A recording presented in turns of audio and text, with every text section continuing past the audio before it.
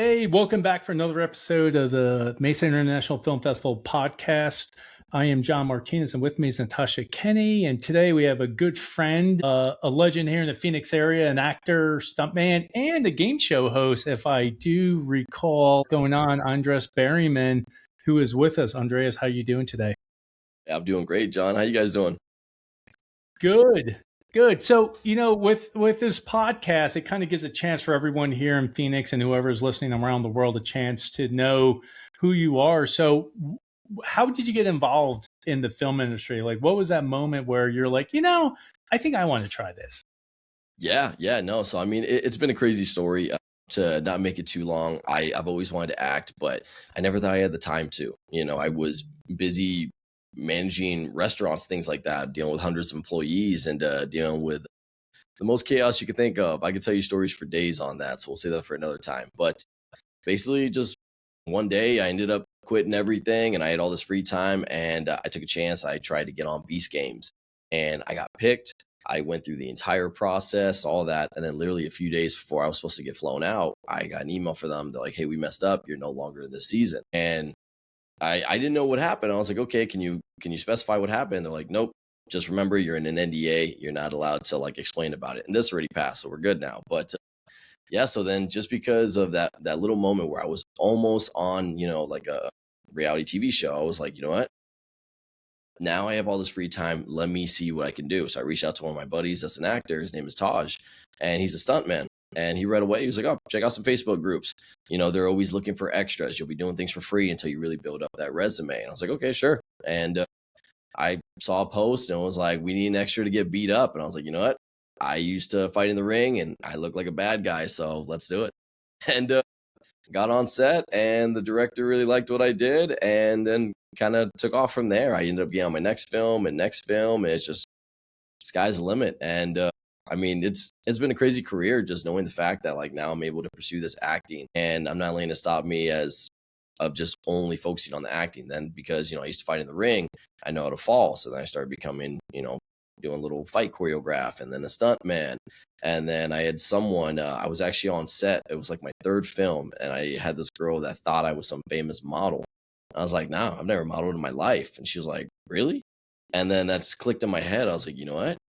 Maybe I can model too. And then I took a chance and reached out to some designers. Next, I'm getting flown out to LA for fashion shows and things like that. So it's been a crazy journey. And then same thing with the game show. The company reached out to me. They're like, "Hey, we love your portfolio. We think you got great energy. Let's have you audition to be the game show of Arizona." And then now I represent Arizona Turf for Bingo Loco, and now sky's the limit of everything else I'm doing, man. So I'm, I'm doing a lot. Wow, incredible. Yeah, you're so versatile, right? Because you just said you were playing a bad guy, but we know you also play a good guy as well in REM and a lot of other stuff. I think you're doing a drama from what I understand, from what I've seen on social media. Yeah. I was actually That's super coming out excited. soon as well.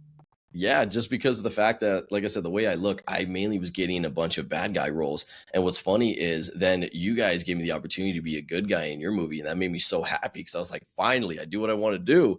And then from there, after people seeing my work, now I'm getting offered, and yeah, I got offered to be in a drama. So it was so unique to now be able to, instead of being such a serious, either like angry guy or like tough guy, it was kind of more of like I'm just a friendly delivery guy just trying to comfort a girl that just lost her mom. So it was a whole different persona, but I love the fact that I got to try it. And then from there, I mean, I've been in other movies to where it was like a kind of like a Chicano movie to where I played a detective. And yes, I was a tough guy, but I also had to have like a crying scene in it. And so it allowed me to really tap into just those emotions and really see if I could do that. So I found out I can cry on camera. But then also that's what I learned in the acting industry.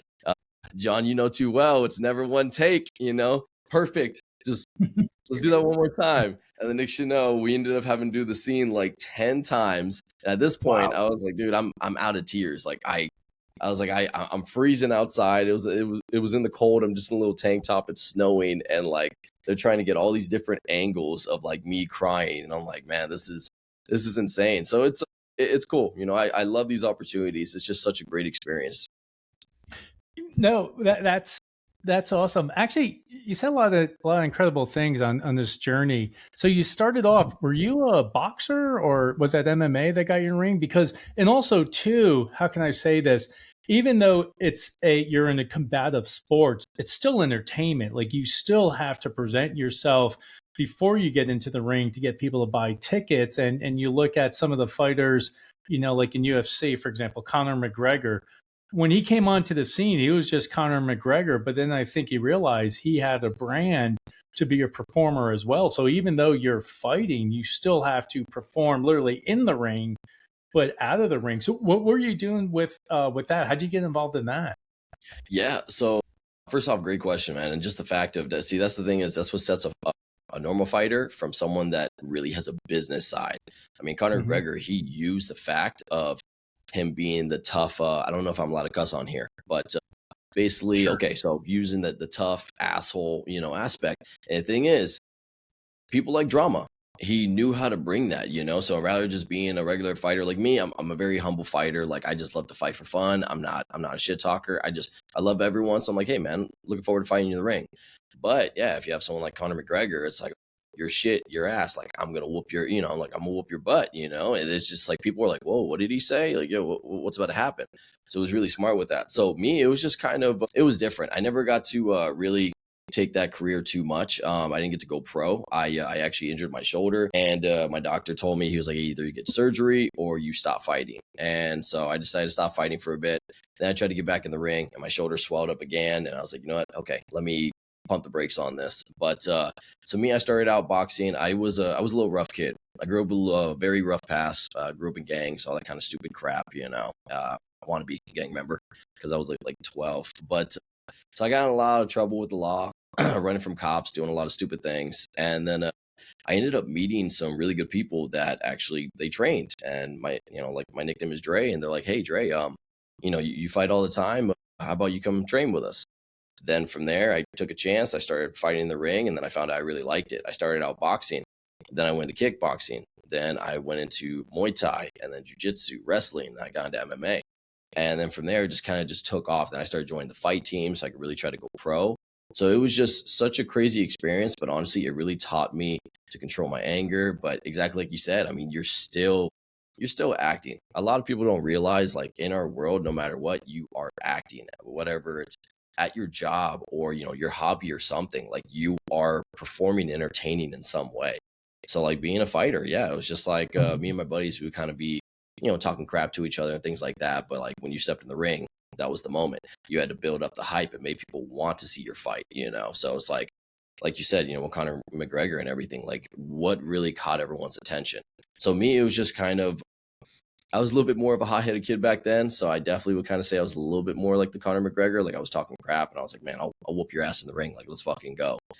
So I guess that's kind of how it got attention towards me. To people wanting to see me fight. So it was a crazy journey on that side. And you kind of brought us a little bit back to your childhood. And I'm always so curious when I talk to people in the industry. What was it like when you were in your childhood?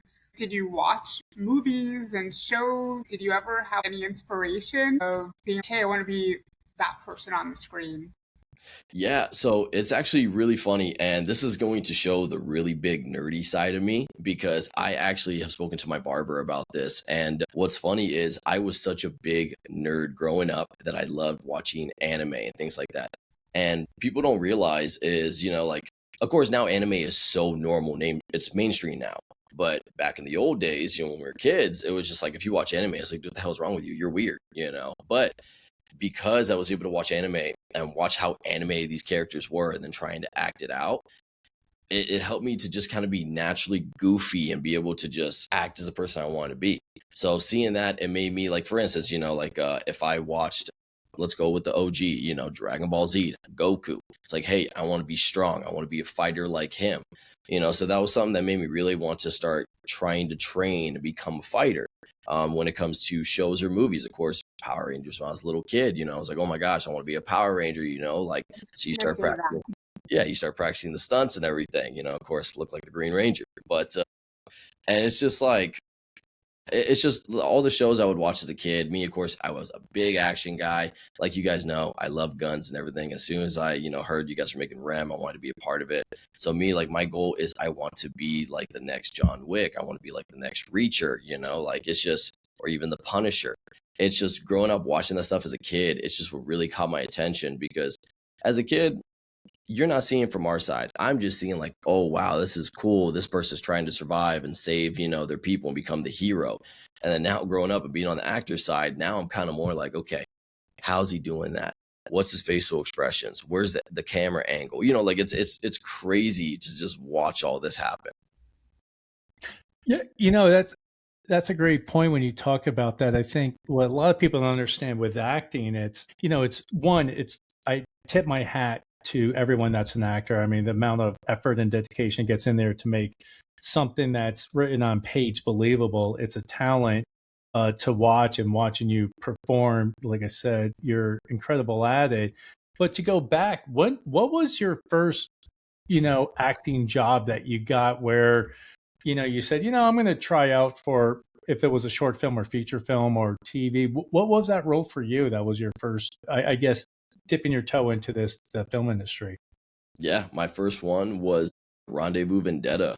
That was the one to where it was I was just a bad guy. It was a film by Fernando, awesome guy, and right away he just wanted to give me a chance. And it's funny because the first one I got on set, I just didn't know anybody, didn't know how to talk to people. I didn't know if I was going to be too pushy, so I was just kind of more quiet and I'm trying to be observant. And then from there, he handed me a fake weapon and didn't really tell me too much. He was like, hey man, just practice with this. So I just stood in the back. I'm just practicing with this blade. And right away he saw me and he was like, hey, can you fight? I was like, oh yeah, I used to fight. And he was like, perfect. I want you up front. And then from there, that's where it just kind of took off. So it was just, it was a cool experience. Of course I was the bad guy. And it was insane to just be able to be a part of something and just knowing that is what opened up the door for me to all this other stuff that I'm doing. And you said something really interesting where now when you watch shows and movies, you're more inquisitive about how is that actor actually doing that? Like you're breaking down the scenes. Do you feel that now that you're in the industry, that watching shows and movies kind of are a little bit ruined for you because you're more about how are they doing this and how can I recreate it instead of just enjoying it? See, and that's a great question because that's tough because I don't see it as being ruined for me. So me, of course, probably like everybody else in the world, I got some heavy ADHD to where it's hard for me to watch a movie without deciding the next 100 steps that's going to happen in the movie. So it was always very tough for me because I would watch a movie. I'm like, okay, this is pretty obvious. This is going to happen. This is going to happen. And so my mind was always just planning ahead. Now the fact that now getting in the actor side, now when I watch a movie and now getting to think about all this of like camera angles, what's their facial expression, what are they thinking of to help them get into that role? It's honestly super exciting because now I get to see it as a learning experience. So how can I better myself? And also just get to see all the pain and blood and sweat and tears that they're putting into this role and and just all that hard work. So to me, it's actually making movies better for me. Before, like I said, it was just kind of like I was a little bored, but now because I'm on this side of the industry, I'm so much more excited when I watch movies because now I can really see all that like that hard work and that creativity, that you guys have put into it. Like you guys creating the film and us actors just bringing that vision to life. It's just incredible. So honestly, I feel like it made movies better for me. It made me really want to watch more movies.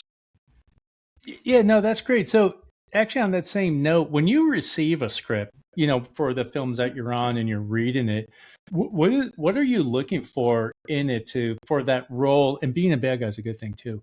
But like when it's like you're the bad guy, like reading the script, like what's going through your mind of like, okay, here's the story, and then what are you tapping into to bring that character to life? Yeah, so with me, I feel like I'm a little different when it comes to how I try to get myself ready for a role. So for instance, main things is I'm looking for keywords that the person I'm talking to is going to say to kind of let me know that I'm going to say my role. So for instance, I'll look for a specific word. So let's say, I say my lines and then I know you're going to say your lines. I'm not going to memorize your entire lines, but I'm at least going to maybe memorize one specific word. Like if you say the word, I don't know, like let's just say fat. And I hear that word fat, I'm like, okay, that lets me know my cue is about to come on. But to kind of get myself ready is I don't try to overthink it. I don't try to read the script too often. I'll read it a few times and, I'll kind of get a little idea, but then I won't focus on it too much because I want to have more of natural instincts at the moment because, we are our own worst critics and our mind is going to like play games on us.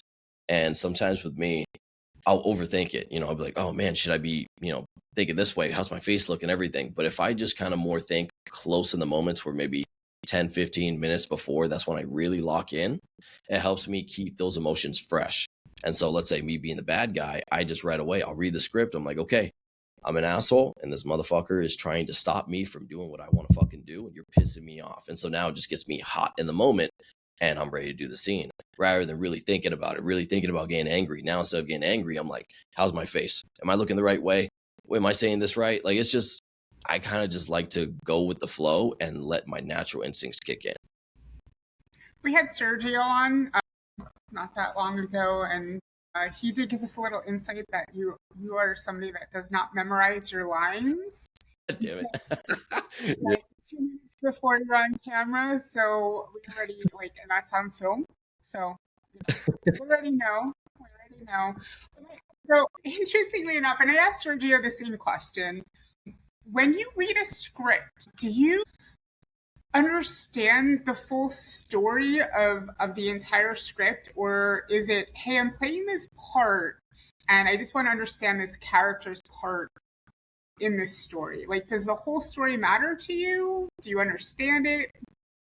Yeah, so definitely the whole story always matters, but it sometimes depends, So if my character is like, if it's something to where it's supposed to be a big surprise for me, sometimes I'll ask the director, like, hey man, like, I don't think I want to read the next part to this because I want it to hit me like a surprise. So then I could really have a general expression to this. Yeah, the film I was on actually with Sergio in Tucson. It was called Songs of the Dead. And yeah, I remember being on set with Sergio, and he tells me, he's like, yeah, man, he's like, I memorized the script. I read it like 100 times. He's like, you know your lines? And I was like, no. And he right away, he was like, what? And I was like, no, I don't know yet. He was like, are you kidding me? You don't know your lines. I was like, well, I looked at them, but I didn't memorize them. I was like, right before we get in, I'm just going to take a quick look and then let the instincts kick in. He was like, there's no way I got to see this. And I remember it was a scene. I was sitting in the car and I had my detective sit next to me and I saw them setting everything up. I was like, perfect. Pulled up the script. I read it real quick. I was like, all right, let's run the lines. Ran the lines. And I was like, okay, I'm ready. And Sergio was just like, are you kidding me? He's like, are you serious right now? I was like, yeah, man. Like, I want to bring more natural, feeling to this, instead of overthink it because I will overthink something. So it was just, it's crazy. But yeah, so I'll ask, depending on the type of film, I might ask the director, like, hey man, like, is my character really supposed to be like generally shocked? Like how is it? So depending on the film, either I'm going to decide to not read the rest of the script because I want it to hit me, or I'm just going to do a quick glance at the script so then I get an idea, but I don't memorize too much. So it's still more of a surprise, if that makes sense.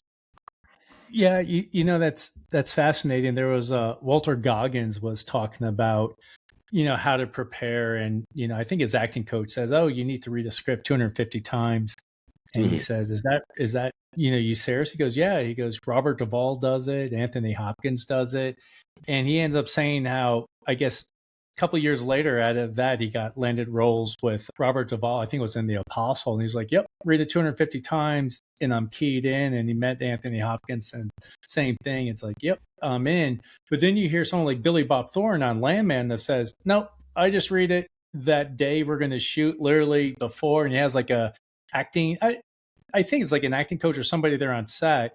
And he goes, yeah, let me just do the lines before they roll camera. So everything is, like you're saying, is more natural and everything you're giving is out there. And also when you receive the information, you can create that response where it's that natural thing. But on that same topic, what do you think it's something that directors do that helps you give a better performance? Like, what would you say it's a good thing to have a director that does this, that can kind of bring everything out of me? Yes, love you asked that question because I've worked with some directors that are fantastic at guidance, and then some directors that are just like, do this. And I'm like, okay, like give me, like give me a little understanding of where you want this visual to go. Like, I don't know. I'm like, okay, all right, because it's just and then that's where I like to let the natural instincts kick in. But definitely, I love working with some directors that really can show you their passion. Because to me, in this industry, I want to hear your passion. I want you to really express to me how much like this is your baby. You want this to make this work, and I want to see it. So it's just it really helps me out if I'm working with a director that could be like, hey man, this is the the envisionment I got. I want you to do this. I want you to show me this look and try this. I'm like, awesome, perfect. Now you gave me what you want. I can use that to really bring out this character. But if you just say, I don't know, I'm like, okay, well, I get that. But at the same time, this is your film. This is your vision. This is you. Like I'm the actor supposed to be fitting what you want. And, I'll bring in my personality, but at the same time, my personality might not be exactly what you're looking for. So I want you to really guide me and tell me what you want. And then I'm going to make it happen. So it's just when you have, a director that really works with you and can really show that passion, that visionment, everything's going to be great. Yeah, I love that answer, because when you're on set and you see just all of the talent and how different they work on the script and with people, it's really interesting just to watch the interactions and how much of acting, and you're a trained actor, right? You've taken classes, you have a whole IMDb repertoire of just stuff that how much, but to the flip side of that, there's people that walk on set and are just like, hey, I've never done this in my life, and they still provide a good performance for what's needed. How much of acting do you think is talent versus just being disciplined in your craft? So I actually want to answer that question in two ways here, because so for the first part that you said, saying that some folks that get on set and they say, I've never done this in my life. That's actually a lie, because people don't realize our entire life, like I said earlier, our jobs, what we do, you are acting. For instance, me, when I ran corporate jobs, or I ran multiple bars, when I was bartending, all that kind of stuff, I was acting. I'm acting like I'm okay with staying until 4 in the damn morning, listening to your drunk ass talk to me about your ex or something. Like I am acting, like, like no matter what, like you're acting for your job. I'm acting like I actually care, but really it's like, dude, I just need to get paid so I can go home and not be here till 4 in the morning. And then, maybe finally go to bed at 6 in the morning and then wake up. It's just like we are acting no matter what, what we're doing, And so the fact is, when people go on set, they're like, oh, I've never done this. It's like, well, understand you've actually been acting your whole life. So this should be able to feel more natural for you. But yes, I do agree that when it comes to the acting side, it's always good to take classes. Like me, ever since I started taking classes, it actually helped me, because before I was one of those people. I never took any classes. I just jumped into acting. I was like, I actually am doing better than I thought. But then once I took acting classes, it really helped me to kind of perfect my skill. So it's, man, I went off track there. I almost forgot. What was the rest of the question? The question was, how much of acting is talent versus discipline? Oh, man, okay. I'm going to troll you online for this, right? Yeah, you are. You better, man. And that's the ADHD side. My mind goes everywhere. I started thinking of all these other answers I wanted to say. That's why you don't memorize your lines. Yep. Improv, baby. Improv. We are friends off this podcast, so this is yeah. Sure.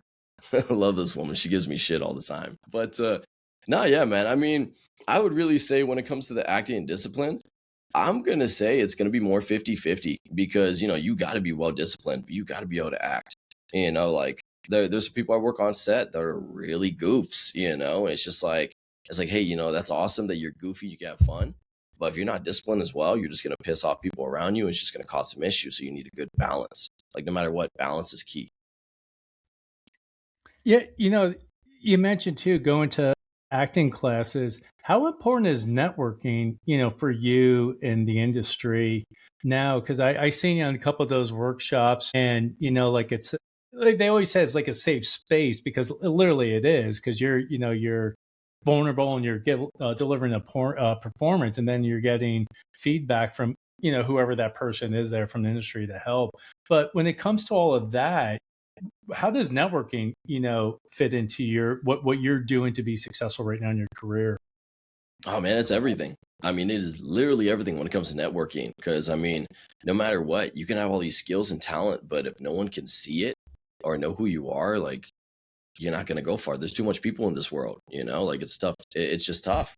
So networking, I mean, the fact that when, for instance, if I'm in these classes, I'm doing either self tapes or I'm in person, I'm not only just working on myself, but I'm talking to people around me. I'm finding out their skills. I'm finding out their talents. I'm finding out their passions. Like, I'm getting to know people and I'm exchanging information. We call it the Hollywood handshake. When I go up to people, I'm like, hey, let me get your social media. It's the good old Hollywood handshake, man. It's just like, no matter what, whether, because the thing is, we see so many faces, and I have met an insane amount of people that I love, but I already forgot their names, things like that. But if I at least get their social media and then they post something online, I'm like, I remember working with them. Hell yeah, I'm glad to see they're still pursuing their passion. Like it's a great way to stay in contact with people. And that's why I'm always at least posting something of my work, of what I'm doing, so people can see that, so they still remember me. And then they know, oh, okay, he just did this, he just did that. You know what? We need a guy. And in fact, I just saw a guy's video the other day. Let me hit up Andreass, so it's just, marketing is key for this industry. It's just this new age that we're in. Technology is everything. So it's no longer to where you're just going to have like a checkbook or something. I have over 600 contacts on my phone. I only talk to maybe 20 of them, but if I at least see you on social media, I still remember, you, and I can see what you're doing and what you're working on, and we can market. Yeah, you brought up a really good point. And you took my question, because I was going to bring up social media. I run so many accounts and I'm so heavily involved in social media, and I think it's really important, because on the creating side of things, like, I don't have 600 names in my phone book of people in the industry. But when a casting director gives me a list of names, it's the first thing I go to is like, hey, what is your Instagram like? What's your social media like? Not to judge, but I just want to see, is there a video of you performing? What are you about? Are you going to jive with the people that are actually creating this production? And do you feel that people, like actors or even maybe just people in the industry, are judged more so by their online presence than actually being in person? Yes. So that 100% is the first step. So, I mean, unlike the classic, like the Italian way of like first impression is everything, we got to understand everything's online. So first impression is everything online now.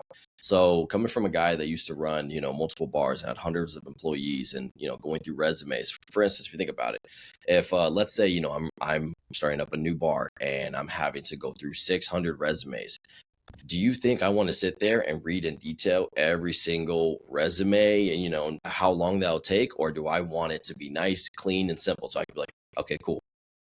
Okay, cool.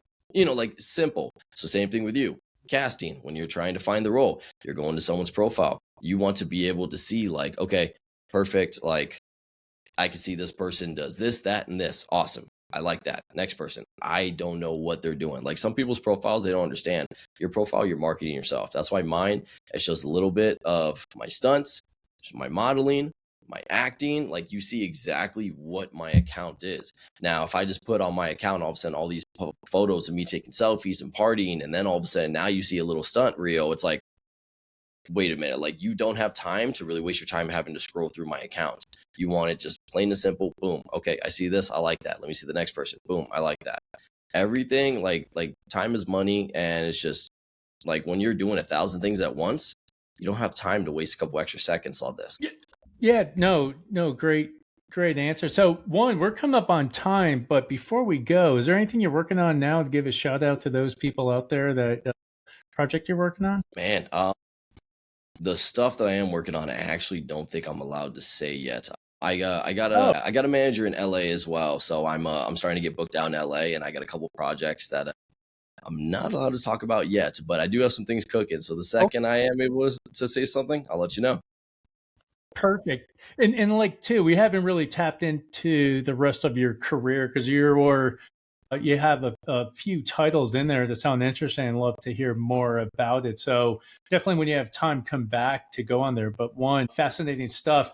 And here's a part of the segment that I like. It's called the rapid fire round. So I'm going to throw out some questions, and just to hear your answer for the first thing that comes to mind, to get your taste in the film industry. So if you're ready, first question is, what is your favorite film of all time?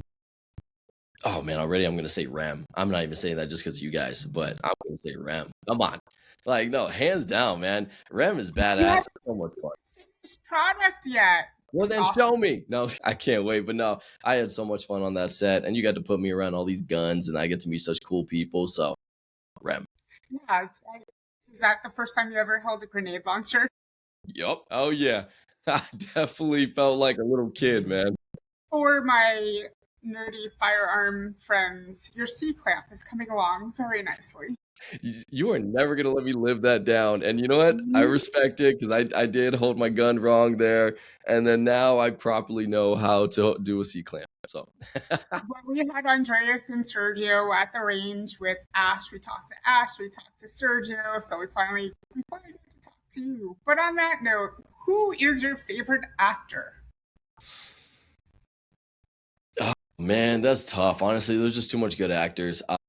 OG, I'm gonna say Brad Pitt. Like Brad Pitt, just the fact is the guy has been so versatile, but every role he's in, he puts his own unique style into the role, and yet it still just makes it so damn good. So Brad Pitt. And on that note, who do you think is the most underrated actor out there that he's not Brad Pitt, but every time you watch him, you're like, man, this guy's good, or girl? Dude, that's tough. Gosh damn. I don't really have an answer. Dang, I don't really have an answer. So you know what? I'm just gonna say myself. Perfect. What's a movie that changed your life? Lord of the Rings. All three, hands down. I will talk for hours on Lord of the Rings. So I'm just going to keep it short and just say Lord of the Rings. Nice. What's the most overrated acting advice you got? I would say most overrated acting advice I would say is method act too hard. Like when you see those people that are just too hardcore method acting, I think that's overrated. Just because the human brain is so easily manipulated, and if you get too hard in that, you're messing with your own head. So I feel like pump the brakes. And before we let you go, why do stories matter? Well, I mean, the stories matter because it's just been something in all of history. You're telling a story, and also how you tell the story is how it clicks with the audience. How do they relate with them? How do you get your passions out and tell them? Like if I just tell you a story, like, hey, I grew up as a kid in Florida, then I moved to Arizona. Cool. But if I really tell you my story of like, hey, I grew up in Florida, I dealt with hurricanes, I dealt with, the ghetto, crackheads, crocodiles, and I had to get away from all that. And I moved to Arizona to get away from that. Then I ended up growing up in the wrong part of town. I got, so now I'm telling you my passion and my story. And now you're like, this is insane. So stories truly matter because they explain our memories. Yeah, we have technology to record now, but it still doesn't compare to someone actually telling you their story. Yeah, no, great answer. And we're going to have you come back on because there's still some more stories to actually tell. But this is Andreass Berryman. If you don't follow him on social media, please do. He's literally involved in a lot of great projects, does a lot of great stuff. And I can tell he's all around great guy. Thank you for listening to the Mesa International Festival podcast. If you enjoy this episode, subscribe wherever you get podcasts, leave a review, and share it with a fellow filmmaker or actor. You can follow us on social media and watch our full video episodes on YouTube. Until next time, keep creating, keep performing, and keep telling stories. See you soon.